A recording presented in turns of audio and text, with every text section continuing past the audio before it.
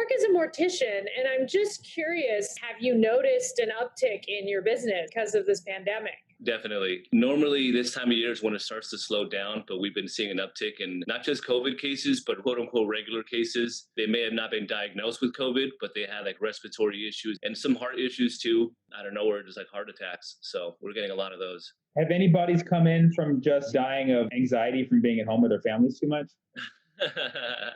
Not yet. I'm expecting a few homicides for sure, though, soon. Yeah. It's been pretty freaky because one of the people in the business, he runs an independent autopsy company called 1-800-Autopsy. The guy's name is Bedell. He's been in. Wait a minute, the guy's business name is 1-800-Autopsy. Yeah. Dude's been in the business for a while. Does he have a billboard, like a Better Call Saul? Drive around LA, you'll see his van every once in a while. He has a van that drives around, says 1-800-Autopsy. 1-800-Autopsy.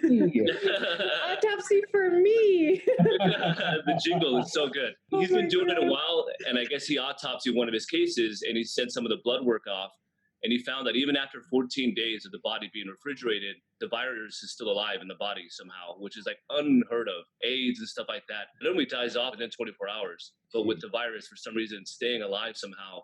So that's been kind of freaky for us. Do you feel a little weird if the body's not wearing a mask? Oh yeah, because typically when they come in, the hospital is nice enough to put the mask on them normally. Yeah. But I had one recently where they didn't have the mask, and I was like, Are dead bodies pretty good at practicing social distancing, or are they pretty... right? They keep their distance for sure. Just they stay 6 feet underground for sure. 6 feet under? I was waiting. Yeah. There you go. The ones I've noticed has been a combination of either elderly people or really fat people. And when you mean fat, obviously you're not a doctor, but PHAT. are you talking?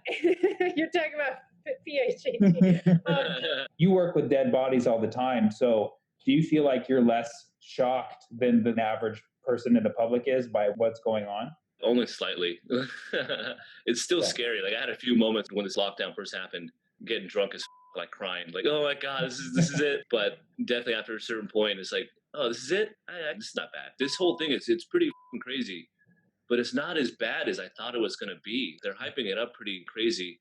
Right. And that's the thing too, that I don't know if it's not bad because of the fact that we took the right measures to curb the numbers, or if it's just not as bad as because it's just not as bad. Either way, like I'm glad it's not as bad as it could have been. This is the best I've ever been financially, man, to be honest. Great, I'm doing man. great, man. See, they don't show those happy stories. The yin and the yang, man. Yeah, I guess there are some silver linings to this for a few people. Yeah, there's the silver linings, there's wooden linings, whatever type of casket you want, we'll make sure we'll get it for you. When there's like minor preparations for what's considered an ID viewing, I do all the preparations for that. So like I sew the mouth shut and do like all the cleanup and do all that stuff. When you go on a date and somebody asks you what you do you ever say I'm a makeup artist? I haven't been on a date in a while, but yeah. I'm sorry.